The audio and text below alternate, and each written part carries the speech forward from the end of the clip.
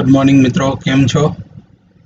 I hope तमे बधा मजामां हशो। मित्रों આપણે પ્રકરણ નંબર 12 ખનિજ પોષણ વિશે વાત કરી રહ્યા છીએ અને ત્યાં આપણે લાસ્ટ લેક્ચર જે હતો પાર્ટ 4 તેની અંદર અલગ અલગ પ્રકારના આવશ્યક ખનિજ તત્વો અને તેમની આવશ્યકતા અથવા તો તેમની વનસ્પતિ દેહધર્મ વિદ્યાને લગતી જે અગત્યની બાબતો હતી તેના વિશે અભ્યાસ કર્યો હતો। મિત્રો આગળ આજે વાત કરવાના છીએ એ આવશ્યક ખનિજ તત્વોની ત્રુટિ, એની જે ત્રુટિ છે એને લીધે કેવી અસરો ઉત્પન્ન થાય અને તેની વિષારીતા કેવી હોય, સાથે સાથે આપણે નાઇટ્રોજન ચક્ર વિશે પણ વાત કરીશું। તો ચાલો મિત્રો વાત શરૂ કરીએ।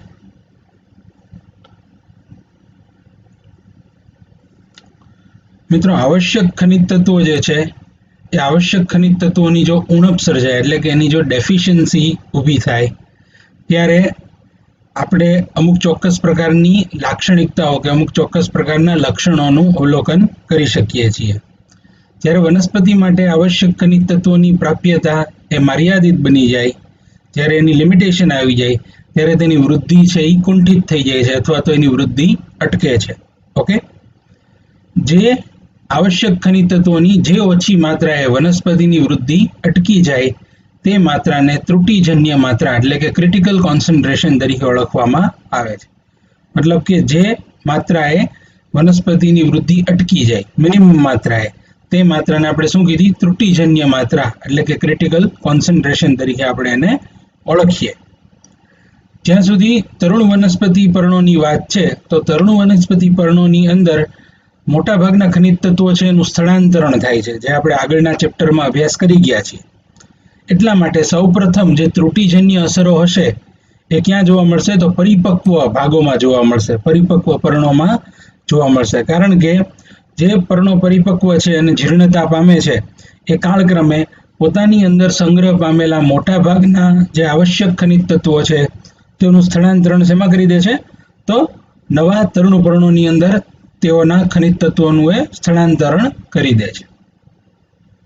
જોકે આ પ્રક્રિયામાં પણ અમુક અપવાદ છે। દાખલા તરીકે સલ્ફર અને કેલ્શિયમ જેવા જે તત્વો છે તે અપવાદ રૂપે જીર્ણ પરિપક્વ પર્ણોમાંથી જલ્દી મુક્ત થઈ શકતા નથી। તેથી જ્યારે સલ્ફર અને કેલ્શિયમની ઉણપ હોય, સલ્ફર અને કેલ્શિયમની ત્રુટિ હોય, એ કિસ્સામાં આપણને જોવા મળે છે કે તરુણ પર્ણોની અંદર ત્રુટિજન્ય અસરો ઉત્પન્ન થાય છે। ક્યાં ત્રુટિજન્ય અસર ઉત્પન્ન થઈ મિત્રો? તો તરુણ પર્ણોમાં આ ત્રુટિજન્ય અસર ઉત્પન્ન થશે। જ્યારે બાકીના જેટલા પણ તત્વો છે, સલ્ફર અને કેલ્શિયમ સિવાયના એ તમામ ખનિજ તત્વોની જ્યારે ઉણપ સર્જાય ત્યારે તરુણ વનસ્પતિ પર્ણોની અંદર ઉણપ ઉત્પન્ન નહીં થતા પરિપક્વ ભાગોમાં ઉણપની અસરો જોવા મળશે।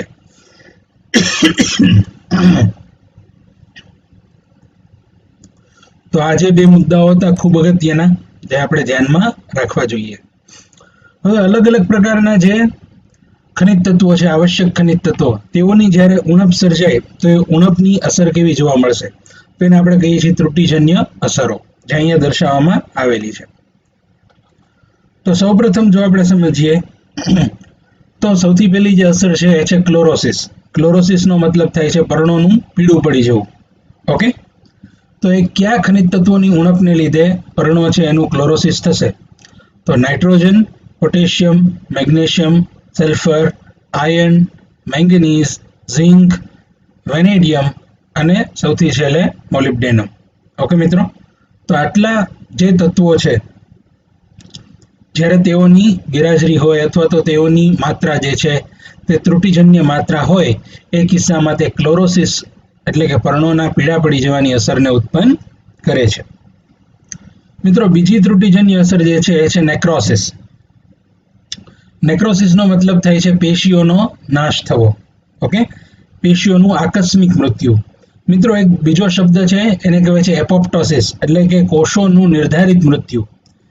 તમામ જટિલ સજીવોની અંદર જ્યારે કોષોનું જીવનચક્ર પૂર્ણ થઈ જાય ત્યારે તેઓ એક નિશ્ચિત પ્રક્રિયા દ્વારા મૃત્યુ પામે છે, જે એક ખૂબ જ કંટ્રોલ્ડ એટલે કે ખૂબ જ નિયંત્રિત પ્રક્રિયા છે।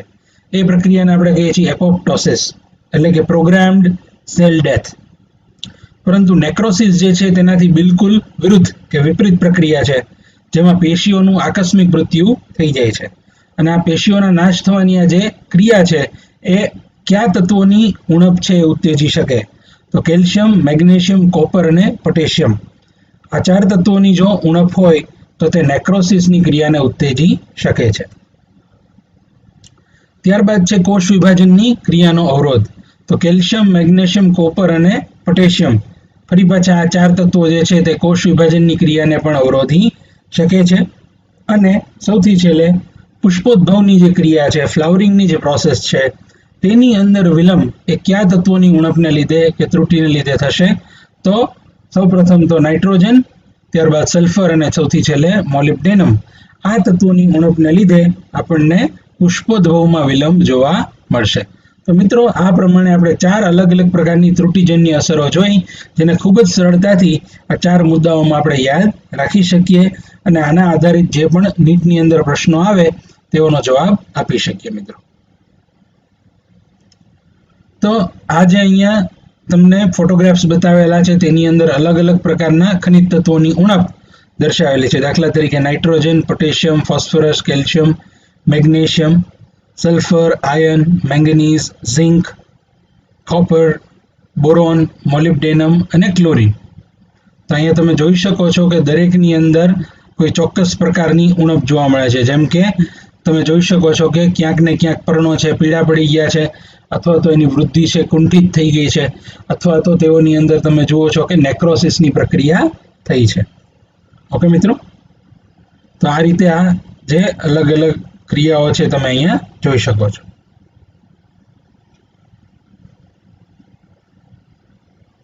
અને આ બધી અલગ અલગ અસરો છે એનો અભ્યાસ કઈ રીતે થાય? તો આપણે પહેલા જ સમજી ચૂક્યા છીએ કે જલ સંવર્ધનની પ્રક્રિયા દ્વારા આપણે અલગ અલગ પ્રકારના ખનિજ તત્વોની ત્રુટિ અને તેને લીધે ઉત્પન્ન થતી અસરોનો અભ્યાસ કરી શકીએ.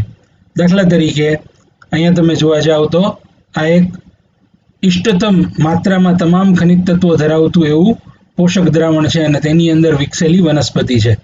તો તેને આપણે એક સ્ટાન્ડર્ડ એટલે કે એને એક માનક તરીકે લેતા તેની સરખામણીમાં અલગ અલગ ખનિજ તત્વોની ઉણપમાં તમને જોવા મળશે કે અલગ અલગ ખનિજ તત્વો કે પોષક તત્વોની ઉણપ હોય ત્યારે વનસ્પતિના વિકાસમાં અલગ અલગ અસરો જોવા મળે છે.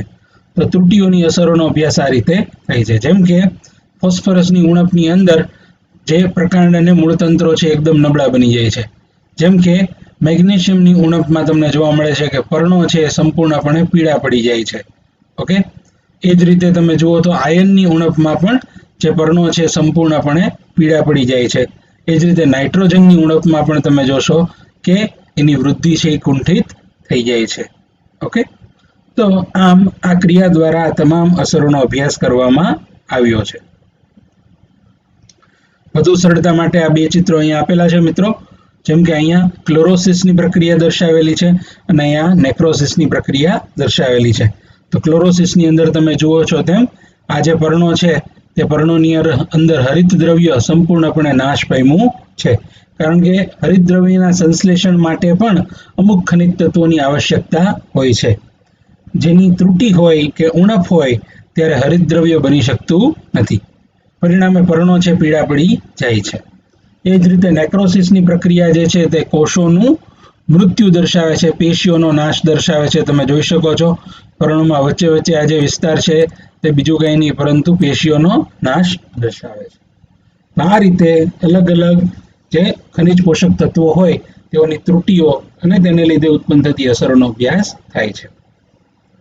મિત્રો, આગળ વાત કરીએ તો જે લઘુ પોષક તત્વોની આપણે ઉલ્લેખ કરેલો કે જેને આપણે લેશ તત્વો પણ કીધા. તો આ જે લેશ તત્વો છે મોટા ભાગે વનસ્પતિની દેહધાર્મિક ક્રિયાઓમાં એક ચોક્કસ પ્રકારના સહકારકો તરીકે વર્તતા હોય છે. ઘણા બધા ઉત્સેચકો માટે તે સહકારક તરીકે વર્તતા હોય છે. તો આ કિસ્સાની અંદર જો કોઈ લઘુ પોષક તત્વની માત્રા તેની ઇષ્ટતમ માત્રાથી વધુ માત્રામાં આપવામાં આવે, ઇષ્ટતમ માત્રા કરતાં વધુ આપવામાં આવે તો લઘુ પોષક તત્વોની વિષારીતા સર્જાય છે. ઓકે મિત્રો, તો લઘુ પોષક તત્વોની વિષારીતા એટલે શું? તો જ્યારે લઘુ પોષક તત્વોની માત્રા ખૂબ જ ઓછી જરૂરી હોય, ઓકે, ત્યારે તેનું પ્રમાણ જો વધારવામાં આવે તેને લીધે અમુક ચોક્કસ પ્રકારની અસરો ઉત્પન્ન થાય છે, વિષારી અસરો ઉત્પન્ન થાય છે, અથવા તેનું પ્રમાણ જે છે અત્યંત ઘટાડી દેવામાં આવે જરૂરિયાત કરતા, તો પણ એ ત્રુટિજન્ય અસરો ઉત્પન્ન કરે છે. મતલબ કે લઘુ પોષક તત્વોની નિયત માત્રાથી માત્રા વધારતા કે ઘટાડતા જે અસરો ઉત્પન્ન થાય, જે વિષારી અસરો ઉત્પન્ન થાય, તેને આપણે લઘુ પોષક તત્વોની વિષારીતા કહીએ છીએ. આ પોષક તત્વો છે એની માત્રા એટલી ઓછી હોય છે કે તેમની ઝેરી અસરોને આપણે સરળતાથી ઓળખી શકતા નથી. ઘણી બધી વાર કોઈ પણ એક તત્વની વિષારીતા જે છે તે બીજા તત્વના કાર્યને અવરોધતી હોય છે. દાખલા તરીકે એક ઉદાહરણ આપણે લઈએ તો મેંગેનીઝ. મેંગેનીઝ જે છે તે પ્રકાંડ આગ્રમાં કેલ્શિયમના વહનને અવરોધે છે. ઓકે, તેથી મેંગેનીઝનું વધુ પ્રમાણ જે છે તે લોહ, મેગ્નેશિયમ અને કેલ્શિયમની ઉણપની અસરોને પ્રેરે છે. મતલબ કે મેંગેનીઝની નિયત માત્રા કરતા જો તેને વધુ માત્રામાં આપવામાં આવે તો તે લોહ, મેગ્નેશિયમ અને કેલ્શિયમના વહનને અવરોધી દે છે. પરિણામ સ્વરૂપે લોહ, મેગ્નેશિયમ અને કેલ્શિયમની ઉણપ વનસ્પતિની અંદર સર્જાઈ જાય છે.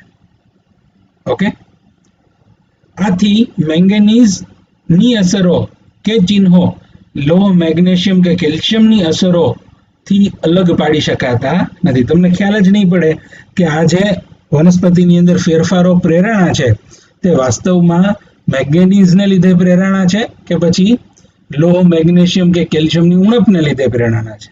ઓકે, તો આને આપણે કહીએ છીએ લઘુ પોષક તત્વોની વિષારીતા. તો આ સાથે મિત્રો આપણે અલગ અલગ પ્રકારના જે ખનિજ પોષક તત્વો છે તેઓની આવશ્યકતા, તેઓના ત્રુટિ અને તેને લીધે ઉત્પન્ન થતી અસરોના અભ્યાસની પદ્ધતિઓ અને સાથે સાથે આપણે તેમની વિષારીતા વિશે પણ અભ્યાસ કરી લીધો છે. હવે આગળ જે આપણે વાત કરવાની છે એ છે નાઇટ્રોજન ચયાપચય, નાઇટ્રોજન મેટાબોલિઝમ. મિત્રો આપણે જાણીએ છીએ કે કોઈ પણ સજીવ હોય તેની અંદર કાર્બન, હાઇડ્રોજન અને ઓક્સિજન અને નાઇટ્રોજન આ 4 તત્વો જે છે તે અત્યંત અગત્યના છે, કારણ કે તેઓ ખાસ કરીને તેઓના જૈવિક અણુઓના ભાગ છે. Carbon, hydrogen, oxygen, nitrogen, phosphorus અને સલ્ફર. તો એમાંનું જે નાઇટ્રોજન છે તે મોટા ભાગના સજીવો માટે અને ખાસ કરીને વનસ્પતિ માટે એક સીમાંત ઘટક તરીકે વર્તે છે, કારણ કે ભલે એની વાતાવરણમાં હાજરી અત્યંત મોટા પ્રમાણમાં છે, તેમ છતાં કૃષિમાં તેની પ્રાપ્તિ જે છે તે સંપૂર્ણપણે જીવાણુઓ ઉપર આધારિત છે. શેના ઉપર આધારિત છે મિત્રો? તો એની કૃષિમાં પ્રાપ્તિ જે છે તે જીવાણુઓ ઉપર આધારિત છે, કારણ કે કોઈ પણ સજીવ જીવાણુઓ સિવાયના, નાઇટ્રોજન સ્થાપક જીવાણુઓ સિવાયના કોઈ પણ સજીવ વાતાવરણમાં રહેલો વિપુલ નાઇટ્રોજન છે તેનો ઉપયોગ કરી શકતા નથી. નાઇટ્રોજન જે છે તે ઘણા બધા જૈવિક અણુ જેમ કે પ્રોટીન, વિવિધ પ્રકારના અંતઃસ્ત્રાવો, ક્લોરોફિલ, વિટામિન વગેરે જેવા જૈવ અણુઓનો બંધારણીય ઘટક છે. નાઇટ્રોજનની અણુની રચના તમે જુઓ તો એની અંદર 2 નાઇટ્રોજનના પરમાણુઓ છે એકબીજાની સાથે 3 સબળ સહસંયોજક બંધ વડે જોડાયેલા હોય છે. એટલા માટે જ આપણે રસાયણ વિદ્યામાં, કેમિસ્ટ્રીની અંદર નાઇટ્રોજનને એક ઇનર્ટ ગેસ, નિષ્ક્રિય વાયુ તરીકે ઓળખીએ છીએ. અને નાઇટ્રોજનના ચયાપચયની ક્રિયાને જો ખૂબ સરળતાથી સમજવી હોય તો એના માટે આપણે નાઇટ્રોજન ચક્રને સમજવું પડે. ઓકે, તો નાઇટ્રોજન ચક્રની જે ક્રિયા છે તેને આપણે સૌપ્રથમ સમજવાના છીએ. નાઇટ્રોજન ચક્ર જે છે એ નાઇટ્રોજન ચયાપચયની ક્રિયાને દર્શાવે છે, જેમાં મુખ્યત્વે 3 પ્રકારની પ્રક્રિયાઓનો સમાવેશ થાય છે. કઈ 3 અલગ અલગ પ્રક્રિયાઓથી નાઇટ્રોજન ચક્ર બને છે? તો આ 3 પ્રક્રિયાઓ છે એમોનિફિકેશન, નાઇટ્રિફિકેશન અને ડીનાઇટ્રિફિકેશન. કઈ 3 પ્રક્રિયા છે મિત્રો? એમોનિફિકેશન, નાઇટ્રિફિકેશન અને ડીનાઇટ્રિફિકેશન. તો 3 પ્રક્રિયાઓને જ્યારે તમે સાથે મૂકો, પરિણામ સ્વરૂપે એક સંપૂર્ણ નાઇટ્રોજન ચક્ર છે તૈયાર થાય છે. ઓકે, આ જે નાઇટ્રોજન ચક્ર છે તે એક પ્રકારનું ભૂજૈવ રાસાયણિક ચક્ર પણ છે, જેની અંદર જૈવિક અને અજૈવિક બંને પ્રકારના ઘટકો, આપણા પરિસ્થિતિ વિદ્યાના બંને પ્રકારના ઘટકોનો સમાવેશ આપણે કરીએ છીએ. તો આ એક નાઇટ્રોજન ચક્ર તમને અહીં દર્શાવેલું છે, જેમાં કીધેલું છે કઈ રીતે વાતાવરણમાં રહેલો નાઇટ્રોજન જે છે તે અલગ અલગ પ્રક્રિયાઓ દ્વારા સ્થાપિત થઈને માટીની અંદર પ્રવેશે છે અને ત્યારબાદ તેનું એમોનિફિકેશન, નાઇટ્રિફિકેશન અને ડીનાઇટ્રિફિકેશનની પ્રક્રિયામાંથી પસાર થઈને ફરી પાછો પોતાના સંગ્રહ સ્થાન એટલે કે વાતાવરણમાં આવી જાય છે. આમાં નાઇટ્રોજન જે છે સતત જૈવિક અને અજૈવિક ઘટકોની વચ્ચે ગતિમાન હોય છે, ચક્રીય ગતિની અંદર ફરતો રહેતો હોય છે, જેથી એનું પ્રમાણ વાતાવરણની અંદર જળવાઈ રહે. તો સૌપ્રથમ જો જોઈએ તો વાતાવરણમાં રહેલો જે નાઇટ્રોજન જે છે તે 78% જેટલો છે, 78% જેટલો જે વાયુ છે તે નાઇટ્રોજન છે. તો આ નાઇટ્રોજન વાયુ જે છે તે કયા કયા સ્વરૂપે સજીવોને ઉપલબ્ધ થઈ શકે? તો વાતાવરણમાં રહેલો જે નાઇટ્રોજન છે તે અલગ અલગ પ્રક્રિયાઓ દ્વારા સ્થાપિત થઈ શકે છે. નાઇટ્રોજનનું સ્થાપન એટલે શું? તો નાઇટ્રોજનનું રિડક્શન.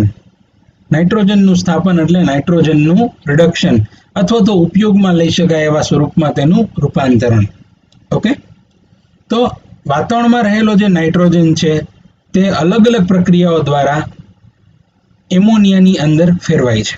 દાખલા તરીકે ઔદ્યોગિક નાઇટ્રોજન સ્થાપન અથવા તો જૈવિક નાઇટ્રોજન સ્થાપન. ઓકે, એ જ રીતે ઇલેક્ટ્રિક એટલે કે અજૈવિક પ્રકારનું વીજળીના ચમકારા અને અલ્ટ્રાવાયોલેટ તરંગો, અલ્ટ્રાવાયોલેટ રેસ, પારજાંબલી તરંગોની હાજરીમાં થતું જે નાઇટ્રોજન સ્થાપન છે તેની અંદર જે નાઇટ્રોજન છે તે નાઇટ્રેટની અંદર ફેરવાઈ જતો હોય છે. ઓકે, તો આમ બે અલગ અલગ સ્વરૂપમાં તે ઉપલબ્ધ થયો. એક છે એમોનિયા અને બીજું જે છે એ છે નાઇટ્રોજન ઓક્સાઇડ્સ. આમ સ્થાપિત થતા જે નાઇટ્રોજન છે તે માટીની અંદર ત્યારબાદ ઉપલબ્ધ બને છે અને ત્યારબાદ તે સજીવ સૃષ્ટિની અંદર પ્રવેશ કરે છે. ઓકે, તો આના વિશે આપણે ડિટેલની અંદર વાત કરવી છે. એમોનિફિકેશનની જે ક્રિયા છે તે શું કરે છે? તો જેટલું પણ અલગ અલગ પ્રકારના તત્વો છે, અલગ અલગ પ્રકારના જે નાઇટ્રેટ્સ અને નાઇટ્રાઇટ્સ છે, એ નાઇટ્રાઇટનું કયા સ્વરૂપમાં રૂપાંતરણ કરવું પડે? તો તમે જાણો છો એ પ્રકારે નાઇટ્રાઇટ્સનું રૂપાંતરણ જે છે તે એમોનિયામાં થાય છે. ઓકે, તો એમોનિયામાં થતું આ જે રૂપાંતરણ છે એને આપણે એમોનિફિકેશન કહીએ છીએ.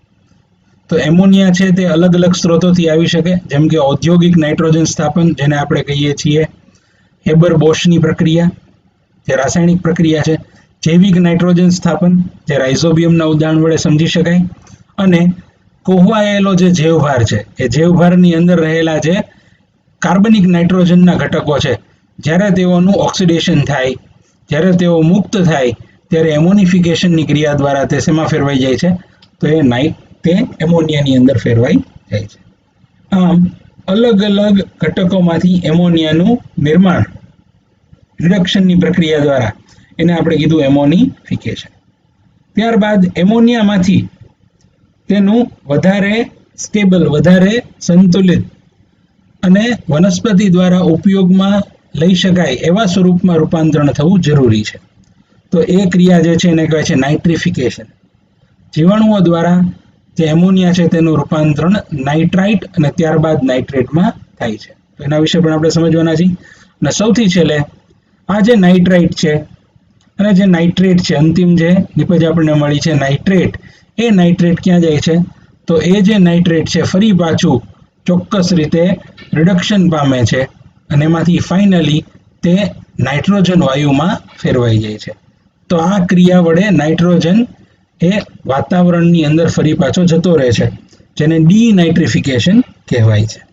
તો આમ ત્રણ અલગ અલગ પ્રક્રિયાઓ છે ઓવરઓલ આપણે અહીંયા વાત કરી, એ છે એમોનિફિકેશન, નાઇટ્રિફિકેશન અને ડીનાઇટ્રિફિકેશન. સૌથી પહેલી જે ક્રિયા છે એ છે એમોનિફિકેશન. મિત્રો, એમોનિફિકેશનની ક્રિયા કઈ રીતે કામ કરે છે?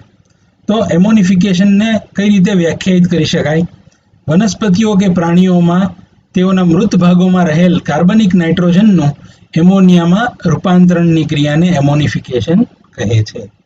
ઓકે, એક રીતે જોવા જાઓ તો નાઇટ્રોજન સ્થાપનની ક્રિયા એ એમોનિફિકેશનનો જ ભાગ છે કે જેમાં અંતિમ નિપજ આપણને એમોનિયા મળે છે. એટલે કે પછી એ કોહવાયેલું કાર્બનિક દ્રવ્ય હોય એમાંથી મુક્ત થતો કાર્બનિક નાઇટ્રોજન જે એમોનિયામાં ફેરવાય, જૈવિક નાઇટ્રોજન સ્થાપનની ક્રિયા વડે વાતાવરણનો નાઇટ્રોજન એમોનિયામાં ફેરવાય, ઔદ્યોગિક નાઇટ્રોજન સ્થાપનની ક્રિયા વડે વાતાવરણનો નાઇટ્રોજન એમોનિયામાં ફેરવાય. આ બધી જ ક્રિયાઓને આપણે એમોનિફિકેશન તરીકે ઓળખશું. ઓકે, તો એમોનિફિકેશનની ક્રિયા જે છે એમાં જો આપણે જોવા જઈએ તો નાઇટ્રોજન સ્થાપન સૌથી વધુ પ્રદાન કરે છે એવું કહી શકાય.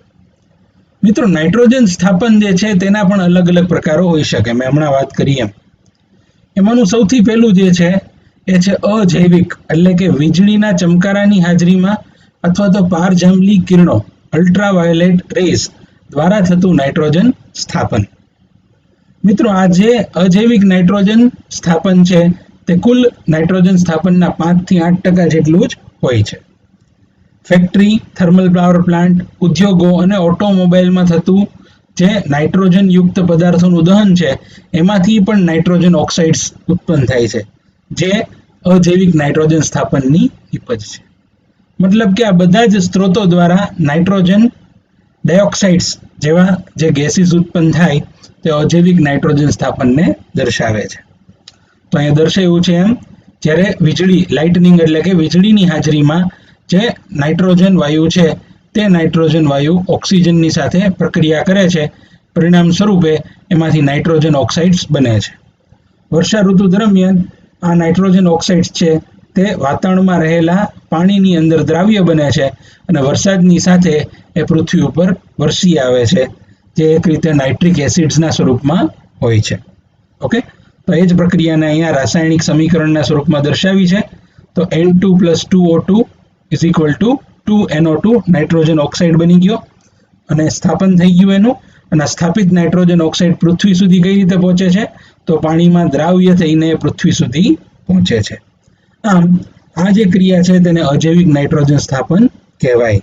ઓકે, આ જે અજૈવિક નાઇટ્રોજન સ્થાપન છે તે કોઈ ખાસ મોટા પ્રમાણમાં અહીંયા તમને જોવા મળશે નહીં. ફક્ત 5 થી 8% જેટલું જ અજૈવિક નાઇટ્રોજન સ્થાપન આપણને જોવા મળે છે. ત્યારબાદ જે બીજો પ્રકાર છે નાઇટ્રોજન સ્થાપનનો એ કયો છે? તો એ છે જૈવિક નાઇટ્રોજન સ્થાપન અને ઔદ્યોગિક નાઇટ્રોજન સ્થાપન. મિત્રો, ઔદ્યોગિક નાઇટ્રોજન સ્થાપન જે છે તેનું પ્રમાણ છે નિશ્ચિત હોતું નથી, પરંતુ એ પણ ખૂબ ઓછી માત્રામાં થતું હોય છે.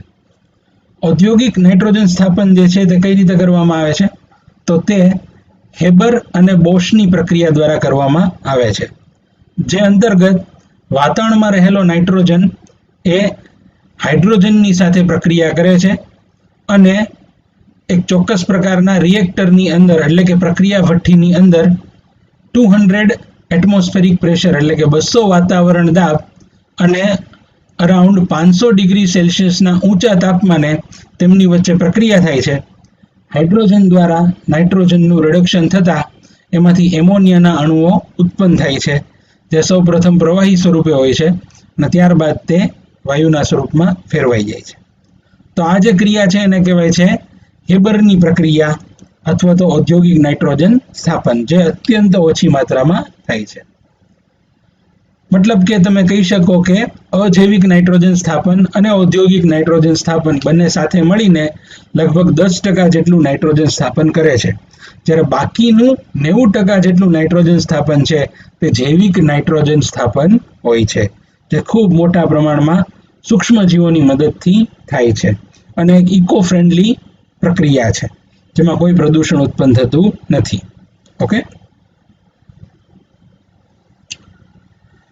નાઇટ્રોજન ચક્રની અંદર આપણે કીધું હતું એમ અલગ અલગ ભાગ, અલગ અલગ પ્રક્રિયાઓ છે. એમાંની સૌથી પહેલી પ્રક્રિયા એમોનિફિકેશન અને એમાં આવેલું નાઇટ્રોજન સ્થાપન આપણે સમજી લીધું. જૈવિક નાઇટ્રોજન સ્થાપનની ક્રિયાને આપણે આગળ જતા વધારે ડિટેલની અંદર અભ્યાસ કરવાના છીએ. બીજી જે પ્રક્રિયા આપણે કીધી હતી એ છે નાઇટ્રિફિકેશન. એમોનિફિકેશન પછી કઈ પ્રક્રિયા કીધી હતી? નાઇટ્રિફિકેશન. મિત્રો, નાઇટ્રિફિકેશન શું છે? તો નાઇટ્રીફાઈંગ જીવાણુઓ દ્વારા એમોનિયાનું નાઇટ્રેટમાં ઓક્સિડેશનની ક્રિયાને નાઇટ્રિફિકેશન કહેવાય છે. શું કીધું મિત્રો? નાઇટ્રીફાઈંગ જીવાણુઓ, જે નાઇટ્રીફાઈંગ બેક્ટેરિયા છે, તેમના દ્વારા એમોનિયાનું નાઇટ્રેટમાં ઓક્સિડેશન થવું. એમોનિયા છે એ રિડ્યુસ્ડ પદાર્થ છે અને નાઇટ્રેટ છે તે ઓક્સિડાઇઝ નિપજ છે. તો એમોનિયાનું જ્યારે ઓક્સિડેશન થાય છે ત્યારે નાઇટ્રેટમાં ફેરવાઈ જાય છે અને આ ક્રિયા જે છે તેને નાઇટ્રિફિકેશન કહેવાય છે. ઓકે, તો એમોનિયાનો કોઈ પણ સ્ત્રોત હોય, જેમ કે અલગ અલગ પ્રકારના જે પ્રાણીઓ છે કે વનસ્પતિઓ છે તેઓના મૃતદેહો, તેમના ઉત્સર્ગ દ્રવ્યો, મળમૂત્ર વગેરેમાં રહેલો જે એમોનિયા છે એ એમોનિયા અથવા તો એમોનિયમ આયન એ ઓક્સિડેશનની પ્રક્રિયા દ્વારા સૌપ્રથમ તો નાઇટ્રાઇટ અને ત્યારબાદ એક સ્ટેપ આગળ એટલે કે નાઇટ્રેટ NO3- માં ફેરવવાની જે પ્રક્રિયા છે તેને નાઇટ્રિફિકેશન કહેવાય છે. મિત્રો, આ જે નાઇટ્રિફિકેશનની ક્રિયા છે તેની અંદર આપણને શું જોવા મળે છે? તો મિત્રો, નાઇટ્રિફિકેશનની જે ક્રિયા છે તેની અંદર આપણે ચોક્કસ પ્રકારના નાઇટ્રિફાઈંગ જીવાણુઓની હાજરી જોવા મળે છે. દાખલા તરીકે અલગ અલગ સ્ત્રોતોથી આવતો જે એમોનિયા છે, પછી એ એમોનિફિકેશનની ક્રિયા દ્વારા ઉત્પન્ન થયો હોય, પછી એ નાઇટ્રોજન સ્થાપનની ક્રિયા દ્વારા ઉત્પન્ન થયો હોય, માટીમાં રહેલો જેટલો પણ એમોનિયા છે તે ઓક્સિજનની હાજરીમાં નાઇટ્રોસોમોનાસ અને નાઇટ્રોકોકસ નામના જીવાણુઓ દ્વારા નાઇટ્રાઇટ NO2- એટલે કે નાઇટ્રાઇટની અંદર ફેરવાઈ જાય છે. ઓકે, તો આ ઓક્સિડેશનનું પ્રથમ ચરણ છે, જે કોના દ્વારા કરવામાં આવ્યું? તો નાઇટ્રોસોમોનાસ અને નાઇટ્રોકોકસ. આ બે જીવાણુઓના નામ ખૂબ ઇમ્પોર્ટન્ટ છે, જે આપણે અહીં યાદ રાખવાના છે. અને મિત્રો, આના પછીનો જે તબક્કો હશે તે શું હશે? તો એ તબક્કામાં આપણે જોશું કે અહીંયા ઉત્પન્ન થયેલો જે નાઇટ્રાઇટ છે તે નાઇટ્રાઇટ ફરી પાછો ઓક્સિજન વાયુની હાજરીમાં નાઇટ્રોબેક્ટર નામના જીવાણુની મદદ વડે નાઇટ્રેટમાં ફેરવાઈ જાય છે. NO2- માંથી NO3- એટલે કે નાઇટ્રાઇટનું ઓક્સિડેશન થઈ એ શેમાં ફેરવાઈ જાય છે? તો નાઇટ્રેટમાં ફેરવાઈ જાય છે. અને આના માટે જવાબદાર જે જીવાણુ છે એ છે નાઇટ્રોબેક્ટર. ઓકે મિત્રો, આમ આ નાઇટ્રિફિકેશનની ક્રિયા થઈ. મિત્રો, નાઇટ્રિફિકેશનની ક્રિયાનો શું ફાયદો થશે? તો નાઇટ્રિફિકેશનની ક્રિયાનો ફાયદો એટલો જ છે કે તેના દ્વારા તે નાઇટ્રેટના સ્વરૂપમાં ફેરવાઈ જાય છે અને નાઇટ્રેટનું શોષણ વનસ્પતિના મૂળ દ્વારા ખૂબ સરળતાથી થઈ શકે છે. ઓકે, તો એમોનિયા, નાઇટ્રાઇટ અને નાઇટ્રેટ આ ત્રણની જો સરખામણી કરવામાં આવે તો સૌથી વધુ પ્રમાણમાં મૂળ દ્વારા નાઇટ્રેટનું શોષણ થાય છે, પછી નાઇટ્રાઇટનું, અને સૌથી ઓછા પ્રમાણમાં એમોનિયાનું શોષણ થાય છે. ઉપરાંત એમોનિયા જે છે તેની વિષારી અસરો પણ હોય છે.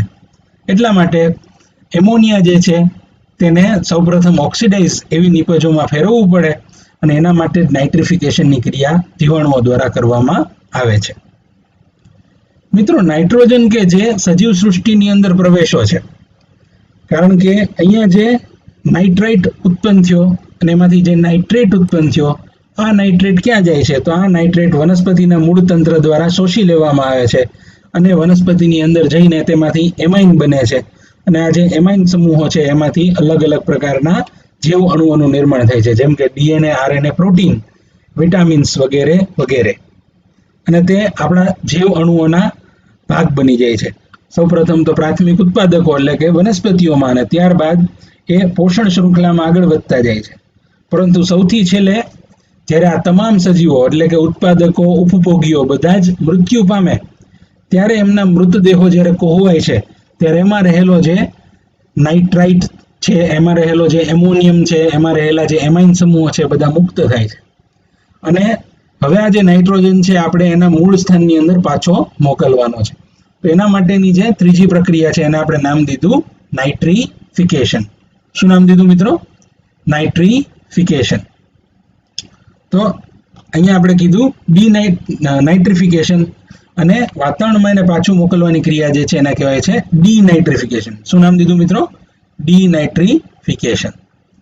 ઓકે, તો ડીનાઇટ્રિફિકેશનની ક્રિયા કઈ રીતે થશે? તો આ પણ એક જીવાણુઓ દ્વારા થતી રિડક્શન પ્રક્રિયા છે.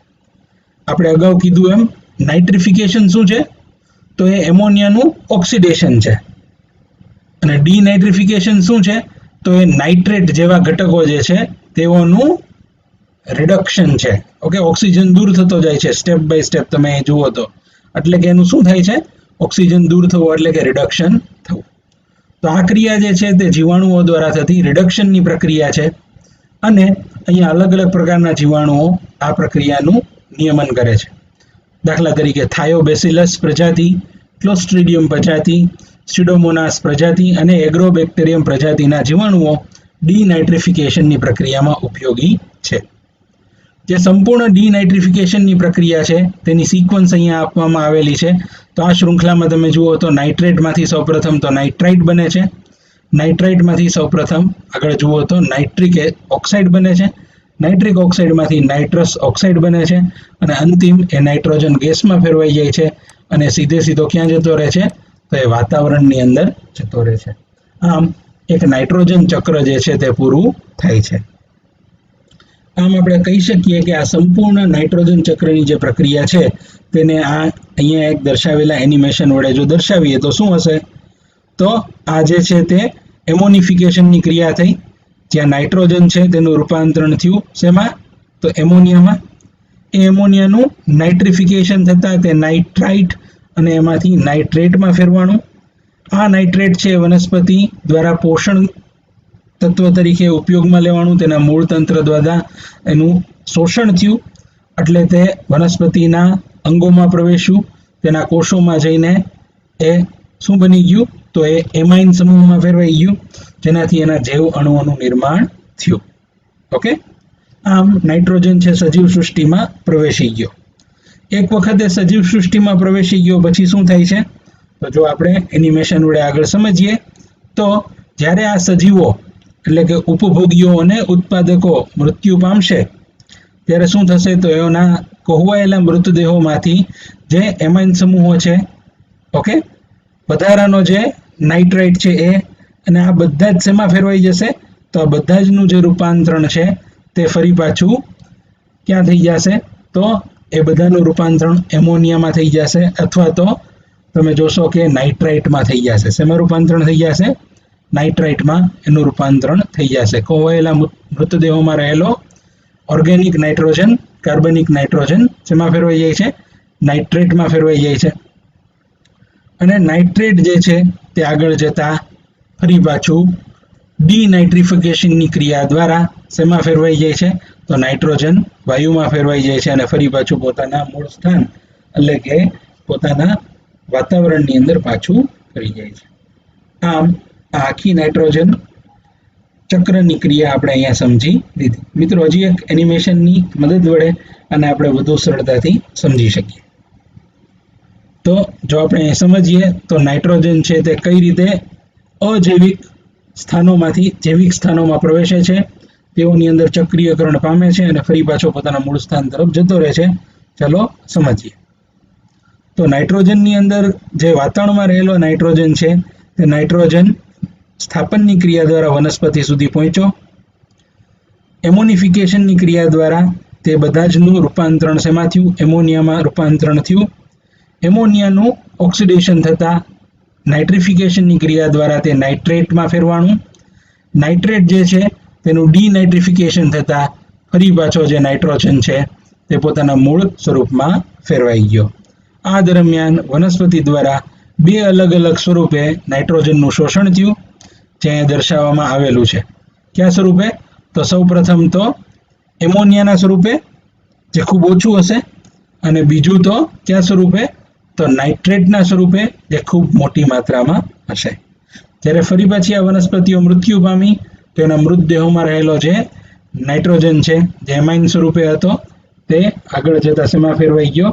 તો એ આગળ જતા નાઇટ્રેટમાં ફેરવાઈ ગયો અને નાઇટ્રેટનું ડીનાઇટ્રિફિકેશન થતાં એ નાઇટ્રોજન વાયુમાં ફેરવાઈ ગયો. આમ સંપૂર્ણ ચક્રની ક્રિયા પૂરી થતાં નાઇટ્રોજન પોતાના મૂળ સ્થાનમાં પાછો ફરે છે. એક વખત ફરીથી આને જોઈએ તો તમે જોઈ શકો છો કે નાઇટ્રોજન કઈ રીતે અલગ અલગ ક્રિયાઓમાંથી પસાર થાય છે અને તેના સ્વરૂપો બદલાતા જાય છે. સૌ પ્રથમ નાઇટ્રોજન વાયુ હતો, પછી એમોનિયા બન્યો, પછી નાઇટ્રાઇટ બન્યો, એમાંથી ઓક્સિડેશન થતાં નાઇટ્રેટ બન્યો, નાઇટ્રેટમાંથી શું બની ગયું? તો નાઇટ્રેટમાંથી નાઇટ્રોજન વાયુ બની ગયો, જેને આપણે ડીનાઇટ્રિફિકેશન કીધું. ઓકે, અને આ જ નાઇટ્રેટ છે વનસ્પતિ દ્વારા શોષણ પણ કરવામાં આવ્યું. આ જ નાઇટ્રેટ જે છે તે કોહવેલા મૃતદેહોમાંથી ઉત્પન્ન પણ થયો. કઈ ક્રિયા દ્વારા? નાઇટ્રિફિકેશનની ક્રિયા દ્વારા. તો એ ખૂબ અગત્યના પોઈન્ટ તરીકે જો આપણે ગણી શકીએ તો એક તો છે નાઇટ્રિફિકેશન અને બીજો ખૂબ અગત્યનો પોઈન્ટ જો આપણે ગણી શકીએ તો એ છે નાઇટ્રોજન સ્થાપન અને એમોનિફિકેશન. આ બે ક્રિયાઓ ખૂબ અગત્યની છે અને આ બે ક્રિયાઓ થાય તો જ ડીનાઇટ્રિફિકેશનની ક્રિયા થઈ શકે છે. તો મિત્રો, આઈ હોપ તમને અહીંયા બધી જ વસ્તુઓ સમજાણી હશે. તેમ છતાં કોઈ વસ્તુ ન સમજાણી હોય અને કોઈ પોઈન્ટ તમે ઈચ્છતા હો કે ફરી પાછો ડિસ્કસ કરવામાં આવે તો આપ કોમેન્ટ સેક્શનની અંદર લખી શકો છો. ઓકે મિત્રો, આના પછીનો જે લેક્ચર હશે તેની અંદર આપણે નાઇટ્રોજન ચયાપચય અને એમિનો એસિડના સંશ્લેષણ વિશે વાત કરશું અને એની સાથે આ ચેપ્ટર પૂર્ણ થશે. ત્યારબાદ આપણે MCQ સોલ્યુશન કરીશું. All the best. Thank you. મિત્રો, આશા રાખું છું કે આપને બધી જ બાબતો સમજાઈ હશે. તેમ છતાં જો કોઈ પણ ડાઉટ હોય તો કોમેન્ટ સેક્શનની અંદર આપ પૂછી શકો છો.